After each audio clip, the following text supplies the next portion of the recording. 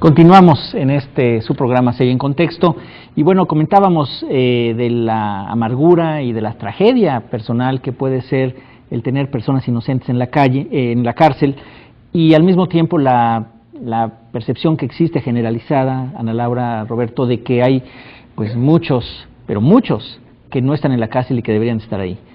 ¿Qué hay de eso?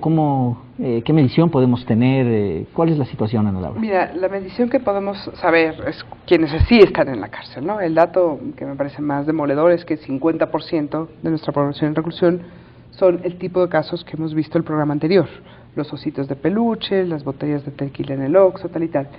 Y es cierto que quizá muchos de los que hoy nos ven han sido víctimas de delitos de los cuales esperarían que su victimario estaría en la cárcel, ¿no? Te rompieron el parabrisas, te sacaron la bolsa, te robaron el coche, entraron a tu casa en forma violenta. ¿Qué pasa, no?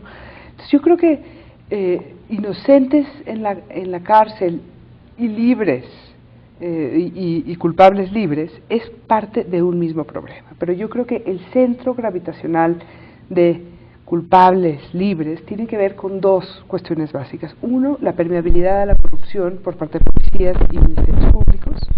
Es fácil escabullir en forma informal, pagando dinero, el rigor de la ley, ¿no?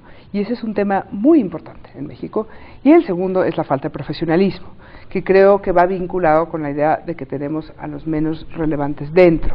O sea, no existen pautas de investigación policíaca que nos permitan dar con el paradero de los delincuentes profesionales, ¿no?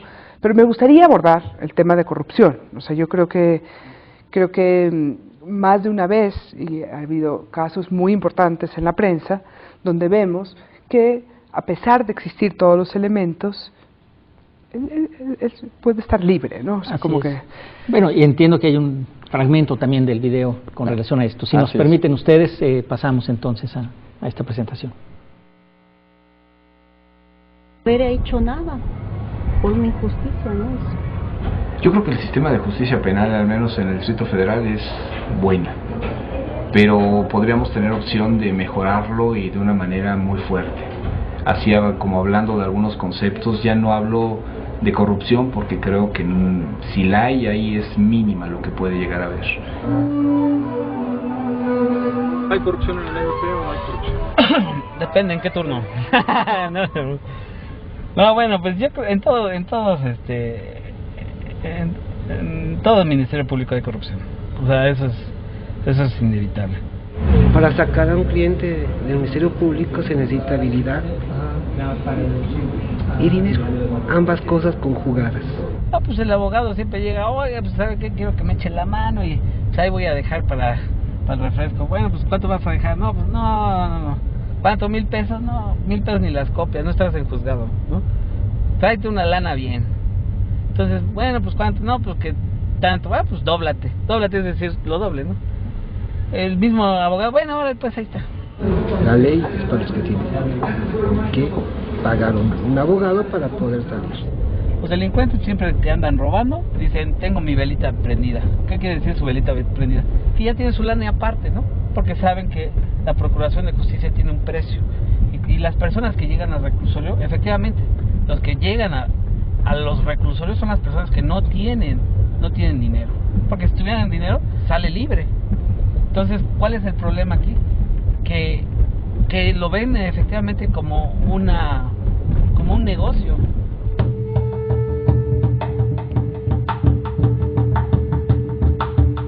Aquí en el juzgado no me han pedido ningún... Pues como más elocuente que lo que acabamos de ver está difícil. Ustedes estaban entrevistando a gente en las patrullas, ¿no es así? Roberto, cuéntanos cómo estuvo eso. En realidad es un agente del Ministerio Público que, digamos, quiso ser entrevistado en un auto para que no se viera su cara, pero es un miembro de la institución Ministerio Público, digamos. Es de información creíble, de primera mano, en fin, pues creo que habla por sí sola, ¿no? Así es. No, es elocuente a más no poder. Entonces decías, Ana Laura, que la corrupción pues es sin duda uno de los temas, y como vemos está permeando a lo largo y a lo ancho de todo el sistema. Claro, y podemos ver además demostraciones estadísticas de esto, ¿no? O sea, Cuantitativamente, la mayor cantidad de gente que está en la cárcel son gente pobre, como decía el agente del Ministerio Público, gente que no tiene dinero, pues para sobornar, ¿no? Gente que no tiene dinero para salir. Y por otro lado, entonces, los que tienen dinero para salir, lo utilizan y salen. Ana Laura. De hecho, o sea, sí es cierto que está a lo largo del sistema, pero hay que saber principalmente las salidas informales del sistema, o sea, las salidas vía corrupción están en el nivel de Ministerio Público. Cualquier abogado que litigue en México sabe que el asunto se tiene que parar en la agencia del Ministerio Público, de preferencia también en policía, o sea, si te aprende la policía, ahí es la ventana de oportunidad para dar dinero. Si esa ventana no la agotaste, en el Ministerio Público, porque cuando pasas a juzgados las cosas se complican. Los datos indican, y tienen que tener sesgos, porque creo que la principal fuente de fuga está en el Ministerio Público, que el 96% de las sentencias de los jueces del Distrito Federal, por ejemplo, son condenatorias. El promedio a nivel nacional está entre 85 y 95%. O sea, los jueces tienden a darle la razón al Ministerio Público, esta idea que estamos hablando de un juez sometido, tal y tal. Ahora, lo cierto es que los jueces penales también llegan a recibir dinero si se trata de un pez gordo, ¿no? O sea, nadie nos garantiza que a los jueces penales no, pero ya el sistema te filtró a los que tienen lana de los que no tienen lana. Entonces también posiblemente por ello vemos estos resultados, o sea, no ves un patrón de corrupción porque quizá la fuente primaria de corrupción sucede antes de llegar al juzgado. 96% de los delitos que se denuncian no tienen nunca una consignación. O sea, se te atora, el grueso del problema de la delincuencia está en la agencia del Ministerio Público con una enorme facultad discrecional para ver cuándo ejercita y cuándo no ejercita la acción penal. Como tú sabes, o sea, este es un monopolio del Ministerio Público, él puede decidir cuándo está lista la averiguación previa, los mecanismos judiciales para controlar eso son muy débiles aún. Si el Ministerio Público integra mal la evidencia y consigna mal y por eso pierdes el caso, como víctima tienes muy poco que hacer, y te puedo contar casos impresionantes de esto, y al mismo tiempo sí tiene incentivos económicos para no procesar, aunque haya una víctima muy dolida y con mucho deseo de que ello suceda, realmente va a ser muy poco probable que tenga éxito en la justicia. Entonces tenemos ahí un monopolio que es extremadamente peligroso, porque es un monopolio caldo de cultivo de la corrupción. Lo veas, ¿no? Roberto. Claro, nada más quería volver sobre la idea de las sentencias condenatorias, ¿no? El porcentaje de sentencias condenatorias es de cada 10 acusaciones, 9 el juez condena. Pero lo interesante es ver con qué pruebas están condenando, porque en Chile, por ejemplo, que tiene un sistema de justicia sensato y civilizado, también el porcentaje de sentencias condenatorias es 95%. El asunto es ver con qué pruebas condenan. Y acá en México lo que vimos es que se condena sobre la base de pruebas muy, muy débiles, sobre la base del rumor, sobre la base de me dijeron, pero, o sea, sobre la base de evidencia científica, profesional, organizada, etcétera. Eso no hay, ¿eh? Y a pesar de eso, los jueces condenan. Eso es lo que es alarmante, ¿no? Si el Ministerio Público llega con casos muy bien armados, con una investigación bien hecha, etcétera, pues no sorprendería que entonces la tasa de sentencias condenatorias fuera muy alta. Pero en México no es el caso, ¿no? Entonces, por eso... Sí, o sea, no es un indicador por sí solo de la debilidad del Poder Judicial, falta algo más de análisis cualitativo, y nosotros que hemos conocido, bueno, hemos levantado evidencia de expedientes, hemos litigado penal, sí te das cuenta que las averiguaciones previas están construidas con alfileres, con evidencia. Yo quisiera contar un caso, uno de los casos que estoy defendiendo, un muchacho de 23 años, lo acusan de haber matado a alguien, de homicidio, está condenado a 20 años de prisión, y la única evidencia que hay es alguien que dijo, después de como 3 contradicciones o 4 que nunca lo había mencionado, lo señaló ahí en la calle y dijo, ese fue, ya no me pregunten más. La policía judicial lo detuvo, lo metió a la cárcel, le armaron todo, le inventaron todo, y no hay nada, no hay... Bueno, salió negativo el dictamen de la prueba de balística de pólvora. El juez murió, el que murió por un balazo.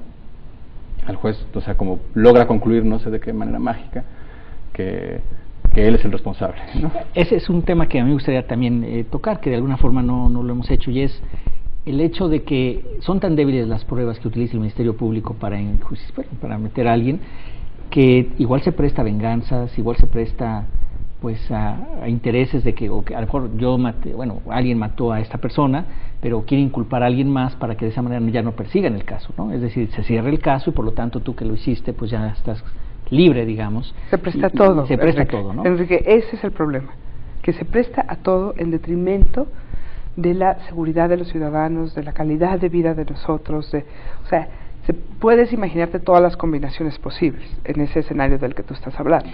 Si existe una facultad de investigación tan débil, corroborada por jueces que solamente ratifican y sellan lo dicho, pues entonces realmente pues, nuestra libertad está en riesgo todo el tiempo. La tuya, la mía, o sea, la de todos nosotros está en riesgo. Eso que acabas de describir es el caso Alfonso Martín del Campo Dodd. Sí, ¿no? Y a mí me tocó... Le inventaron el delito porque una persona que tenía, yo investigué el caso, poder económico, etcétera, aquí quería pararlo, ¿no? Imagínate. Así es. Y en el caso este que te estoy comentando, este joven, pasa lo mismo. El que lo acusa es miembro de una banda de narcomenudeo. Y entonces el Ministerio Público dice, bueno, el caso que estamos llevando ahora en la División de Estudios Jurídicos es el de Acteal. Un caso que tuvo tanto reflector a nivel internacional, donde intervino en forma muy escandalosa la PGR, atrajo el caso inmediatamente, y tenemos el mismo patrón. Hay 71 indígenas condenados